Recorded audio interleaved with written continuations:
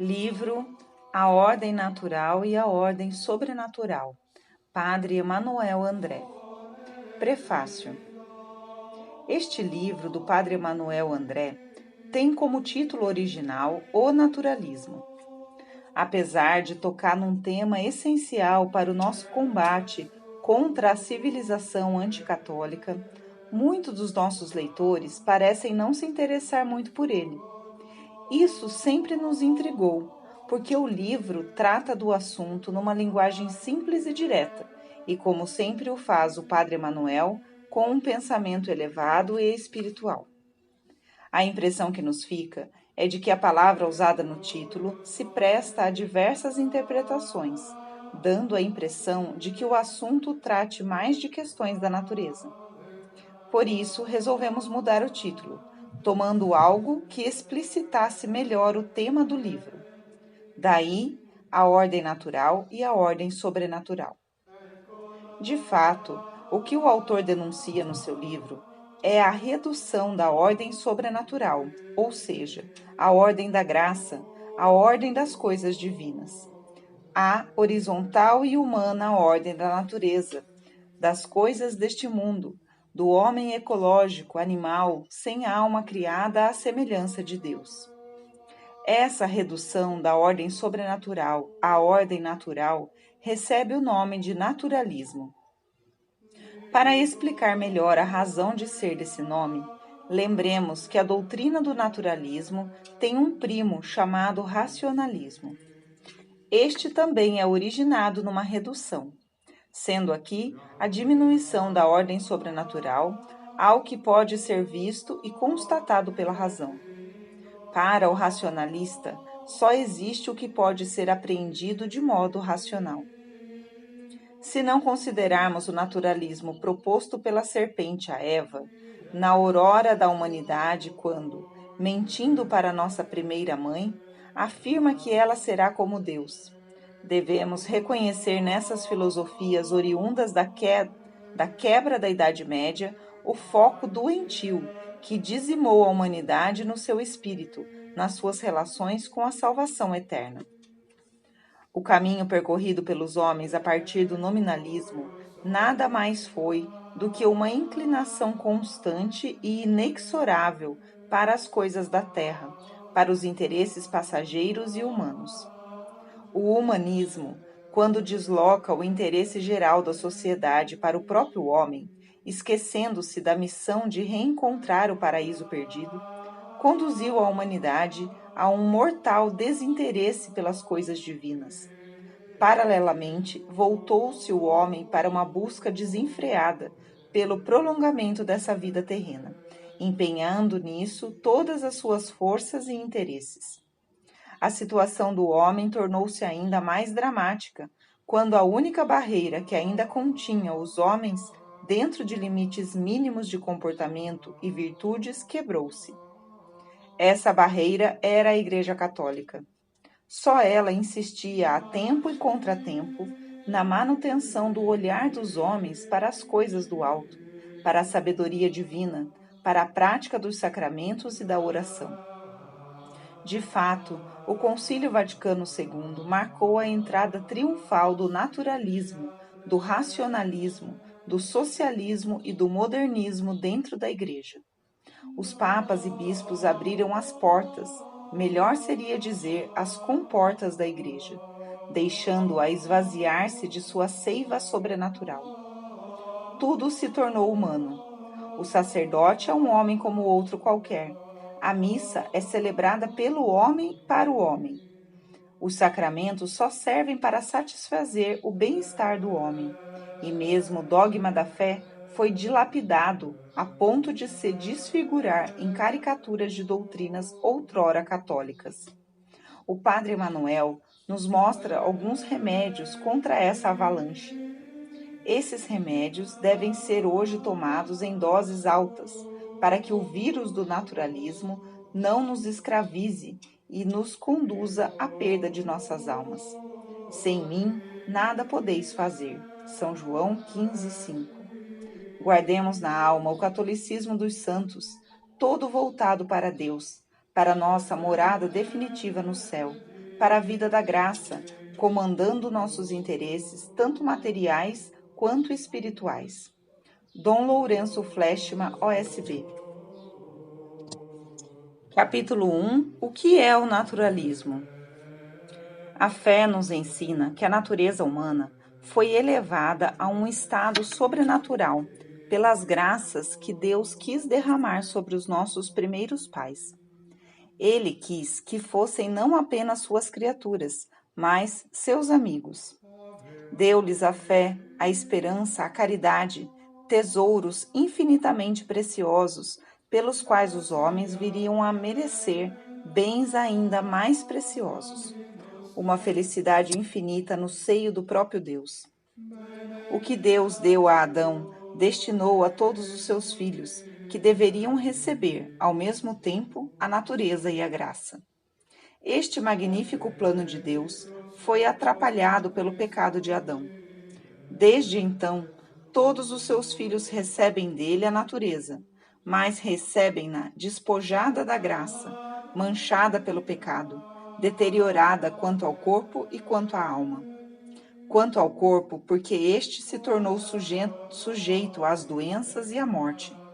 Quanto à alma, porque foi subjugada pela ignorância, pela concupiscência e, finalmente, pela morte eterna. Sem esses dados da fé, o homem é para si mesmo um mistério inexplicável, porque há nele traços ainda bem sensíveis de sua primitiva grandeza.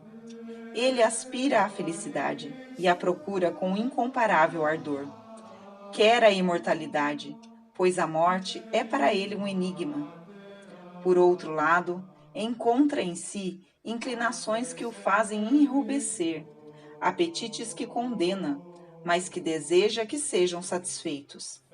Carrega consigo a vergonha, e essa vergonha é também um enigma. Por que envergonhar-se do que é natural? E por outro lado, por que a natureza humana traz em si mesma aquilo que a envergonha? Esses problemas são grandes no presente, porém não maiores que os do futuro. O que se tornará essa alma que quer ser imortal? Qual será o resultado final da responsabilidade dos atos de cada dia? Somente a fé pode responder a todas essas questões que têm ocupado os espíritos sérios de todos os tempos. Somente na fé o homem pode encontrar a explicação de sua natureza. E isso é uma prova, entre tantas outras, de que a natureza foi e permanece criada para um fim sobrenatural. O estado natural, ou seja, o homem criado em estado puramente natural, sem a graça e sem o pecado, é um estado que nunca existiu. A humanidade só conheceu o estado de graça e a decaída da graça, que é o estado de pecado. Quando a humanidade estava em estado de graça, caminhava na via da felicidade, por onde a mão de Deus a conduzia infalivelmente. Mas, quando caiu do estado de graça para o de pecado, saiu do caminho da felicidade e, por consequência, encontra-se na via da infelicidade eterna. A vinda do Redentor nos retira do caminho infeliz e do pecado, nos reintegra na graça de Deus e nos leva para o céu. Fora da redenção de nosso Senhor não há salvação para a humanidade.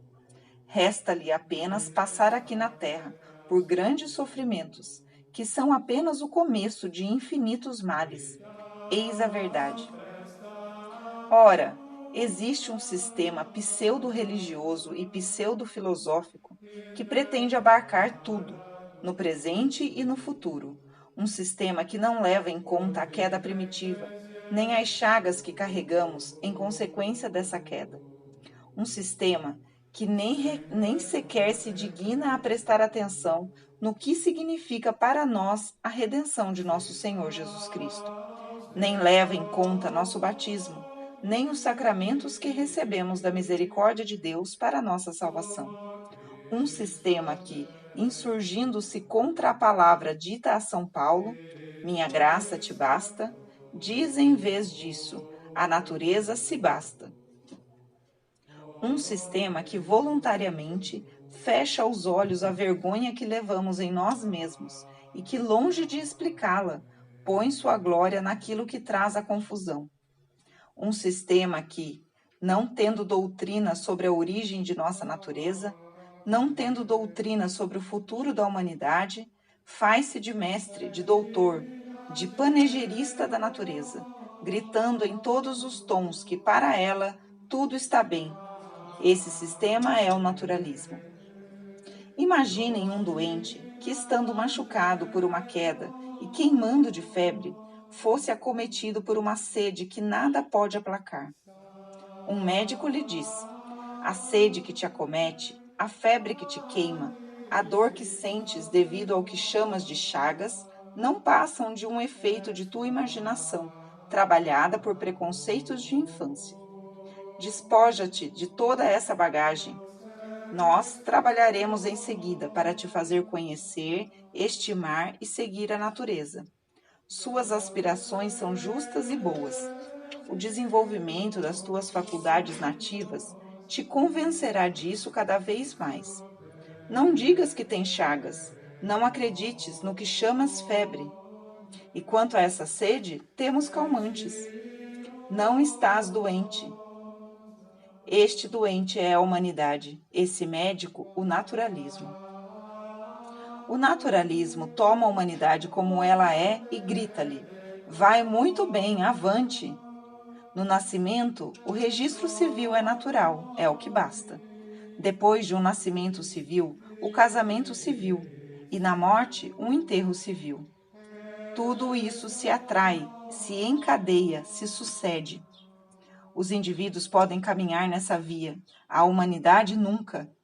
Ela tem outras aspirações, das quais os particulares podem subtrair-se, mas ela permanece como Deus a fez. Existe para o sobrenatural, do qual tem uma necessidade invencível. As grandes indagações se põem necessariamente diante dela. Quem sou? De onde venho? Para onde vou? Que caminho seguir? O naturalismo tem ensaios de resposta. Pode insinuá-los a um e a outro, mas não para a humanidade. Ela não crê neles, porque tem necessidade de crer. Isso é sobrenatural e está dentro dela. Ainda que a matassem, não a fariam renunciar ao sobrenatural. O naturalismo tem seus doutores, que vão se aproximando e dissertam sobre o que chamam de religião natural, moral natural. Gostaríamos de ouvi-los e saber deles em nome de quem eles falam. Se são suas próprias palavras ou as de outrem. Se são autorizadas ou não. E se o são, por quem e como. Pois para falar a um homem basta ser homem, mas para falar à humanidade é preciso ser Deus ou enviado de Deus. Gostaríamos de saber se os doutores do naturalismo creem em suas próprias palavras ou não. Dizemos crer em suas próprias palavras, de modo a estarem prontos a morrer por elas. Como os apóstolos e os mártires de nossa santa religião. Perguntaríamos também aos doutores do naturalismo se o que chamam de religião natural, moral natural, foi praticado em algum lugar, ou se ainda é praticado por alguma parte da humanidade, e em que lugar e por quem. Pois desde que a humanidade é humanidade, a religião e a moral foram sempre ensinadas sobrenaturalmente aos homens. Se aqui ou ali alguns pagãos, dando a si mesmos o nome de filósofos, ensinaram alguma coisa sobre religião e moral, a humanidade os deixou dissertar à vontade, sem nunca escutá-los. A humanidade nunca existiu em estado natural. O próprio paganismo, se bem que fosse uma imensa aberração, procurava o sobrenatural. Nunca o atingiu pela simples razão de voltar-lhe as costas, depois, e pedir luz ao príncipe das trevas. Os doutores do naturalismo acham que há coisas boas em nosso decálogo, sobretudo nos mandamentos da segunda tábua. Se tivessem podido quebrar a primeira, escondê-la para sempre e dizer que a segunda é deles, acreditariam ter feito muito pelo sistema, mas não poderiam fazê-lo, pois o Decálogo é anterior ao naturalismo. Em certo sentido, ele é muito natural, porque regula melhor os deveres da natureza, mas acima de tudo é sobrenatural, porque foi entregue por Deus a Adão e depois a Moisés. O naturalismo pode tomar empréstimos ao Decálogo, e até mesmo grandes empréstimos, mas falta-lhe algo importante: a autoridade para nos falar. Concedamos que o naturalismo possa formular um código de moral. É evidente que ele não tem autoridade para isso, mas concedamos. Esse código de moral, uma vez editado, teria de ser guardado. Porém, se a natureza é entregue a si mesma, não lhe acontecerá seguir suas próprias inclinações, que nem estão sendo levadas em conta, mas do que as lições de moral dos doutores do naturalismo. Suponhamos ainda que a natureza quisesse guardar os preceitos desses doutores. Que meios, então, teriam estes para fortificá-la contra suas próprias deficiências? Infelizmente, nenhum. Não podem fazer absolutamente nada a esse respeito. A instrução, dirão. Ora, a instrução se dirige ao espírito e não pode curar uma vontade doente. Pela instrução, não se pode curar o mal. Pelo contrário, abre-se frequentemente com ela uma porta para que o mal aumente. As estatísticas judiciárias, por exemplo, nos permitem saber quantos crimes são cometidos por gente instruída, porém instruída de modo naturalista. A instrução que moraliza só pode ser dada por uma instituição sobrenatural, e esta é a Santa Igreja Católica. Impotente para curar a natureza e sem autoridade para instruir, que pode, em suma, fazer o naturalismo? Uma só coisa: lisonjear a natureza. E para isso ele se põe em posição nada lisonjeira. Primeiramente, ele se divide, o que já não é uma prova de força. Divide-se em naturalismo espiritualista e naturalismo materialista. O naturalismo materialista, para dizer a verdade, não é um sistema, é uma brutal negação. Mas nessa negação há uma lógica formidável. O naturalismo negou a ordem sobrenatural, contentando-se com a natureza, e em seguida é levado a negar a alma humana, contentando-se em ser corpo, carne e sangue. Há aí uma justiça de Deus, seja ele adorado. Mas quando o naturalismo se faz assim materialista, deixamos de argumentar com ele. O naturalismo espiritualista, por sua vez, quer reconhecer a existência de Deus e a imortalidade da alma, que leva consigo a alternativa das recompensas ou dos castigos na vida futura. O naturalismo espiritualista nos concede essa verdade, mas cumpre perguntar: se um dia a alma deverá ser feliz ou infeliz, o que acontecerá com o corpo? Será ou não participante desse estado feliz ou infeliz da alma? Nesse ponto, o naturalismo não está sobre um leito de rosas. Se ele diz que o corpo ressuscitará, é apanhado em flagrante delito, pois transporta para a natureza o que é da ordem sobrenatural. E se o sobrenatural é indispensável ao fim, por que repeli-lo no início? Se, por outro lado, o naturalismo tem um horror persistente pelo sobrenatural e diz: não, o corpo não ressuscitará, o sistema cai em dois grandes inconvenientes.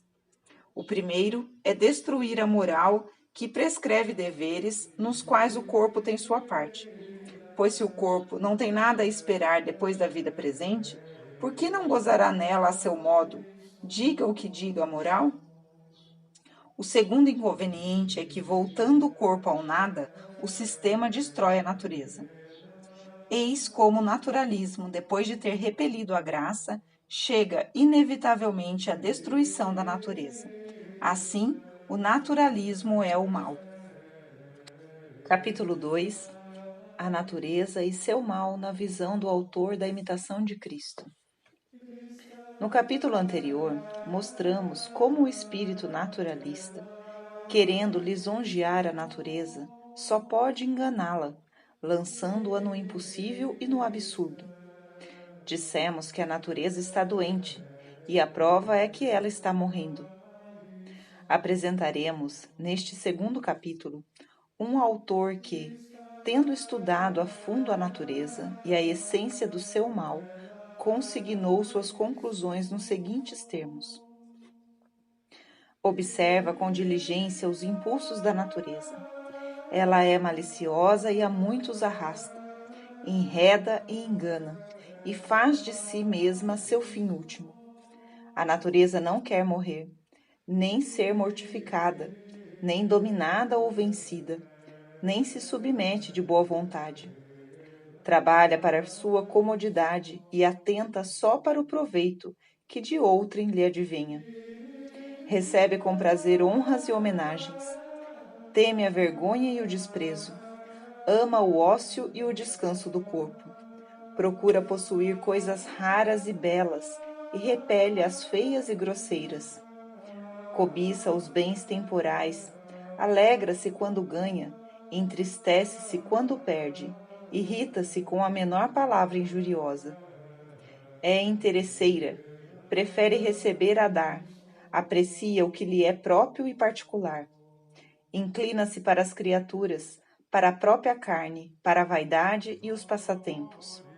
Folga com algumas consolações externas que lhe afaguem os sentidos. Tudo faz por amor do proveito e do interesse próprio. Nada sabe fazer gratuitamente, mas só pelos benefícios que espera obter, iguais ou melhores em elogios ou favores, e exige que sejam tidos em alta conta seus dons e feitos.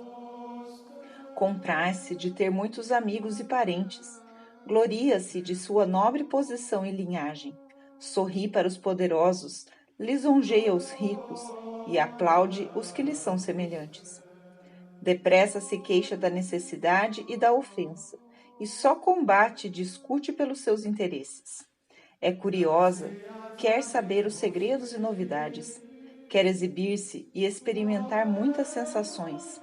Deseja tornar-se conhecida e proceder de modo a conquistar louvor e admiração. Eis uma fotografia da natureza bem anterior à fotografia moderna.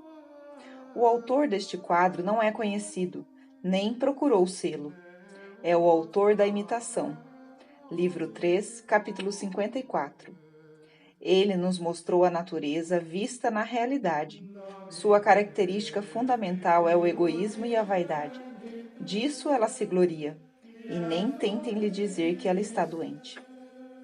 Capítulo 3. Explicação dos termos natural, sobrenatural e graça. Falamos do naturalismo e acertamos no alvo, porque muitos leitores nos escreveram sobre esse interessante assunto. Todos nos encorajam a continuar o trabalho começado e, sem dúvida, para nos ajudar, pedem o desenvolvimento que julgam necessário ou explicações que deverão ser úteis. Estamos encantados com a ajuda que nos deram. É nossa firme intenção ir ainda mais fundo no assunto do naturalismo, a fim de mostrar a todos a necessidade que temos do divino sobrenatural. Comecemos então com as explicações que nos pediram. Chamamos natural tudo o que é inerente à constituição do homem composto de um corpo e de uma alma, ou seja, tudo o que constitui o corpo, com seus órgãos tão variados, e a alma, com suas faculdades tão poderosas e tão belas. Chamamos natural o uso e o desenvolvimento dos órgãos do corpo e das faculdades da alma, em tudo o que não eleva a natureza acima dela mesma. Acima do conhecimento natural e do conhecimento dela mesma, daquilo que a cerca e até mesmo do seu Criador, porque este poder pode ser naturalmente conhecido por suas obras, que estão diante dos olhos de todos e falam igualmente a todos uma linguagem que nem todos compreendem do mesmo modo. Porém, como o homem não foi criado para permanecer na medida do natural, e Deus quis destiná-lo a um fim superior, Não temos que indagar o que o homem poderia ter sido, o que ele teria se tornado, se Deus o tivesse criado para um fim que não conhecemos. Agora é preciso dizer o que é o sobrenatural. Chamamos sobrenatural tudo o que encaminha, conduz e faz o homem chegar ao fim sobrenatural que aprouve a Deus lhe dar. Fim este que é a participação na felicidade do próprio Deus, pela clara visão de sua essência.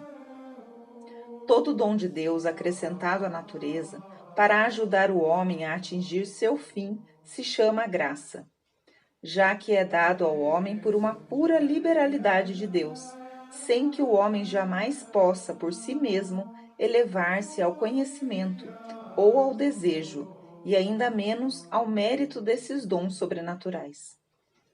A passagem do natural ao sobrenatural é impossível à criatura. Nisso, o anjo não pode mais que o homem, pois tanto um como o outro receberam de Deus o fim sobrenatural que foi do agrado de Sua Majestade soberana lhes assinalar. Com essa destinação, receberam também os dons sobrenaturais, sem os quais lhes seria impossível atingir um fim tão alto e tão desproporcionado à natureza, inclusive à angélica. Santo Tomás pergunta se o homem pode obter esta suprema felicidade de ver a Deus, e responde: pode. Sendo a inteligência humana capaz de conhecer o bem supremo e perfeito que é Deus, e sendo sua vontade capaz de desejar e de amar, segue-se que o homem é capaz de chegar ao gozo desse bem que está tão acima dele e de achar nesse bem a sua felicidade eterna. Em seguida, o santo doutor pergunta: o homem, por suas faculdades naturais, pode chegar à felicidade suprema? Ao que responde: não pode. E acrescenta: existe uma felicidade imperfeita, à qual se pode chegar naturalmente nesta vida. Mas, consistindo a bem-aventurança do homem na visão do próprio Deus, ninguém pode atingi-la por suas faculdades naturais, sejam elas as do corpo ou as da alma, pois elas não podem atingir a essência divina.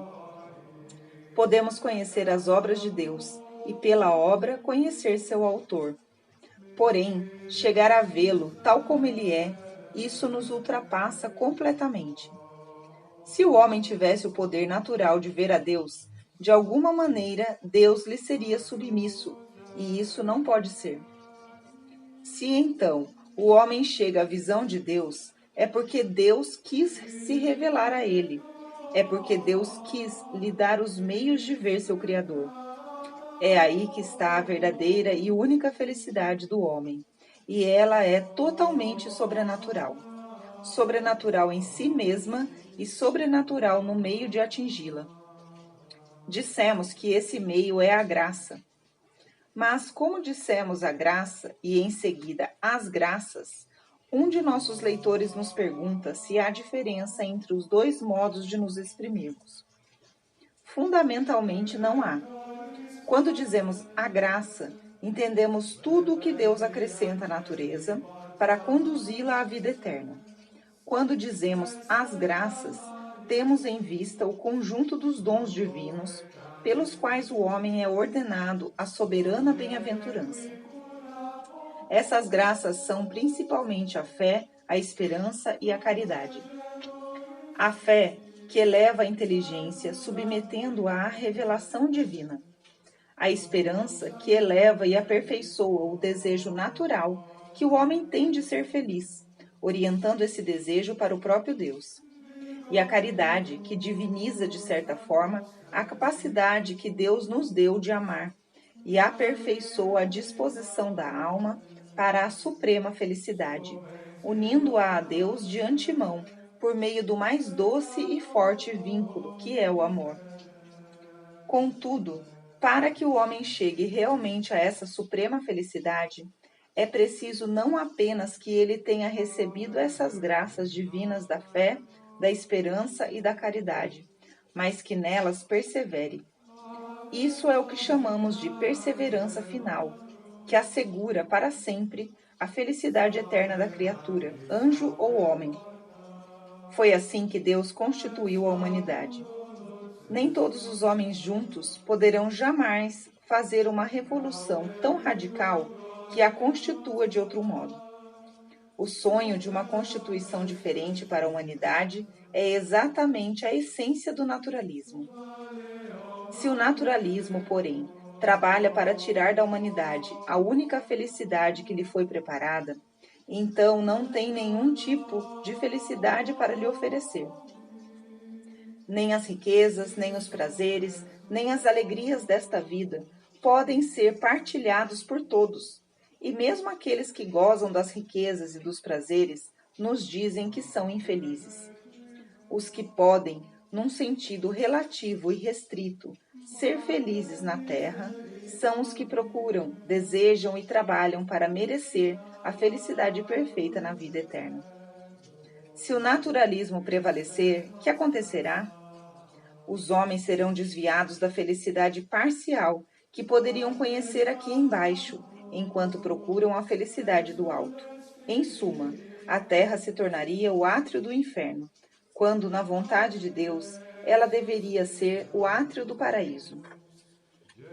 É evidente, pois, que o naturalismo é ao mesmo tempo um crime contra Deus e contra a humanidade.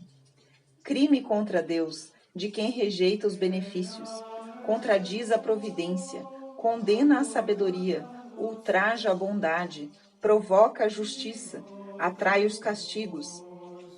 Crime contra a humanidade, da qual arruína as esperanças, relaxa os esforços e impede a felicidade no tempo e na eternidade. Conclui-se, portanto, que o naturalismo, apesar do nome, é inimigo da natureza. Sob o pretexto de querer seu bem, despoja-a do verdadeiro bem e depois lhe grita: trabalha e aproveita. Trabalha se queres e aproveita se puderes. O naturalismo derruba tudo e não edifica nada. Tira-nos tudo e não nos dá nada. Sua obra, obra de Satanás, só nos faz infelizes. Portanto, como já dissemos, o naturalismo é o mal. Capítulo 4. Uma profissão de fé naturalista. Em Paris, a cidade-luz, como disse Victor Hugo, um homem não batizado, publica um jornal chamado La Justice, onde lemos uma declaração de princípios naturalista apresentada nesses termos. O que distingue a ciência da religião não é o dogma teológico, é a própria noção de sobrenatural. As religiões brigam entre si para saber se há um Deus ou vários, se os homens têm almas, etc. A ciência não aborda tais dissensões. Tudo que escapa à observação e à experiência lhe é estranho. Para ela, são igualmente indiferentes as concepções do judaísmo, do catolicismo, do brahmanismo, do fetichismo, do deísmo, do teísmo, do espiritismo e de todas as teorias que repousam sobre o absoluto e sobre a pura hipótese. A instrução pública estatal só deve ter por base a ciência. Examinemos essa profissão de fé. O que distingue a ciência da religião é a própria noção do sobrenatural. Se o autor quisesse dizer que a ciência é um bem da ordem natural e a religião um bem da ordem sobrenatural, só poderíamos aplaudi-lo. Mas seu pensamento está longe disso. Para ele, a ciência só é ciência porque rejeita a noção do sobrenatural. E nós dizemos que isso não tem nada de científico. Com efeito, vemos a ciência agir de diversas maneiras sobre as naturezas inferiores. O homem decompõe um corpo, transforma-o e, por assim dizer, fá-lo passar de uma natureza para outra. Tomando um agente natural, fá-lo operar de uma maneira inteiramente extranatural para tal corpo, assim dominado pela ciência. Será natural que o fogo conduza veículos na terra e navios no mar? Será natural que o ferro transmita o pensamento a distâncias incomensuráveis com uma rapidez só igualada pelo raio? Não vemos nisso uma ação humana, realmente natural no homem, mas extranatural, e quase sobrenatural na matéria, elevada pela ciência a um poder que ela não tinha antes? E se o homem exerce assim seu poder, elevando à altura da ciência as naturezas que lhe são inferiores, não é lógico admitir que Deus possa exercer um poder análogo sobre sua criatura e elevá-la ao estado sobrenatural? A ciência sentiu a força desta razão de analogia. Assim, temendo ser levada a reconhecer o sobrenatural divino, se reconhecesse a natureza divina, tratou de negar a existência de Deus. Ora, uma vez que se entra no caminho das negações, vai-se longe. Em breve teremos a prova. Escutemos nosso autor. As religiões. Somos obrigados a dizer que esse modo de falar não é verdadeiro. A religião é uma só, como a humanidade, como a verdade, como o próprio Deus. Não se diz as religiões, assim como não se diz as humanidades, os deuses. Mas, como a verdade é uma e o erro pode ser múltiplo, disse as falsas religiões, os falsos deuses. Mas continuemos. As religiões discutem entre si para saberem se há um Deus ou vários deuses. A ciência não aborda tais discussões.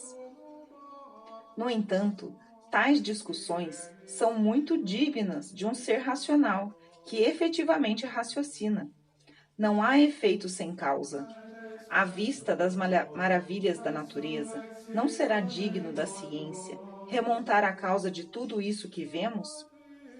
O homem, que não se fez a si mesmo, não agiria cientificamente se procurasse raciocinar sobre sua existência, conhecer a causa e o fim de seu ser? Certamente, aí está uma ciência, que a ciência não pode desdenhar. Distingamos, porém, a ciência e ciência. Há uma ciência que confessa que existe uma causa primeira, mas diz que essa causa nos escapa. Em outros termos, nós percebemos bem a verdade que é Deus, mas não queremos essa verdade. É a ciência da moda. Deus lhe dá medo, e ela o nega. Sua negação não é um ato de ciência, é um efeito do medo. A verdadeira ciência, contudo, não tem medo nem receio. Graças à razão que Deus nos deu, ela nos demonstra a existência e a unidade de Deus, a distinção entre o espírito e a matéria, a espiritualidade de nossa alma. A verdadeira ciência goza desta verdade, e o estudo que faz de Deus e de suas obras lhe mostra que Deus pode agir, e efetivamente age sobre a natureza, ora por uma ação que deixa a natureza na ordem natural, como quando dá saúde, a força, a inteligência, ora por uma ação que eleva a nossa natureza acima de si mesma, como quando nos dá a fé, a caridade, a bem-aventurança. Tudo isso é bem mais científico do que a ciência vulgarizada. Mas estudemos mais de perto essa ciência. Tudo que escapa à observação e à experiência lhe é estranho. A verdadeira ciência emprega precisamente estes dois grandes meios, a experiência e a observação. Observando que não há efeito sem causa, ela remonta à causa primeira, que é Deus. Observando que os seres criados são contingentes, remonta ao ser necessário, que é Deus. Tudo isso nos parece científico no mais alto nível. Por outro lado, a experiência nos demonstra a impossibilidade de seres que se sucedem por gerações, sem que tenha havido um começo que não foi gerado, o que só pode ser a criação. A experiência vem ainda nos demonstrar o Criador, que é Deus. Para nosso autor, todavia, a observação intelectual não existe. Para ele existe apenas a observação materialista, positiva. Depois de ter negado Deus por medo, precisará negar a inteligência humana. É um passo avante no caminho das negações, e a ciência materialista deverá ir ainda mais longe. Ela irá, e para bem compreendermos, vamos acompanhá-la. Para a ciência, são igualmente indiferentes as concepções do judaísmo, do catolicismo, do brahmanismo, do fetichismo, do deísmo, do teísmo, do espiritismo e de todas as teorias que repousam sobre o absoluto e sobre uma pura hipótese. Notemos primeiramente que só as concepções materialistas não são tidas como indiferentes para nosso autor. Para ele, o materialismo é a ciência. Sua enumeração é calculada à sua maneira. Ela é científica. Começa pelo judaísmo e o catolicismo, o que é perfeitamente correto e conforme a tradição da humanidade. A verdade vem antes de tudo, e nosso autor não perdeu completamente seu patrimônio. Façamos a reflexão de Tertuliano, ó testemunho de um espírito naturalmente cristão. Nosso autor lança em seguida os olhos sobre a Ásia e diz, do brahmanismo, depois sobre a África e a Oceania, o fetichismo. Está completo, deu a volta ao mundo. Continuando, faz uma síntese filosófica e voltando das regiões do erro às puras luzes da verdade, diz, do deísmo, do teísmo, do espiritismo. Mas a fraqueza logo aparece e ele acrescenta, e de todas as teorias que repousam sobre o absoluto e sobre uma pura hipótese. Já que do nosso autor conhece a filosofia, ele deve compreender que, negando o absoluto, torna impossível o relativo, e desde então não haverá mais nem homens, nem ciência, nem tese, nem hipótese. Depois de ter negado Deus, precisará então negar a inteligência humana, e depois ainda negar tudo. A última palavra da ciência será uma negação completa. A ciência terá cavado para si uma fossa, e sobre seu túmulo se escreverá um ponto de interrogação. O quê? Falta-nos, porém, saborear ainda essas palavras. A instrução estatal só deve ter por base a ciência. Gostaríamos de saber como a ciência demonstrará a uma criança que seu pai é seu pai, que sua mãe é sua mãe. Tudo que escapa à observação e à experiência lhe é estranho. Com que observações, com que experiências, a criança conseguirá demonstrar a si mesma quem é seu pai, quem é sua mãe? Até agora a criança aprendia a crer em seu pai e em sua mãe, como aprendia a crer em Deus. Mas a ciência mudará tudo isso. A criança vai se achar diante de uma pura hipótese, de um absoluto inadmissível. Ela só poderá se estabelecer em uma indiferença e decretar, em nome da ciência, que não tem pai, que não tem mãe, e que é filho da natureza, e se é que é filho de alguma coisa.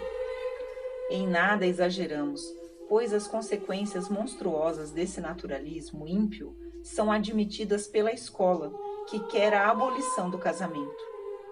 Terríveis consequências da lógica.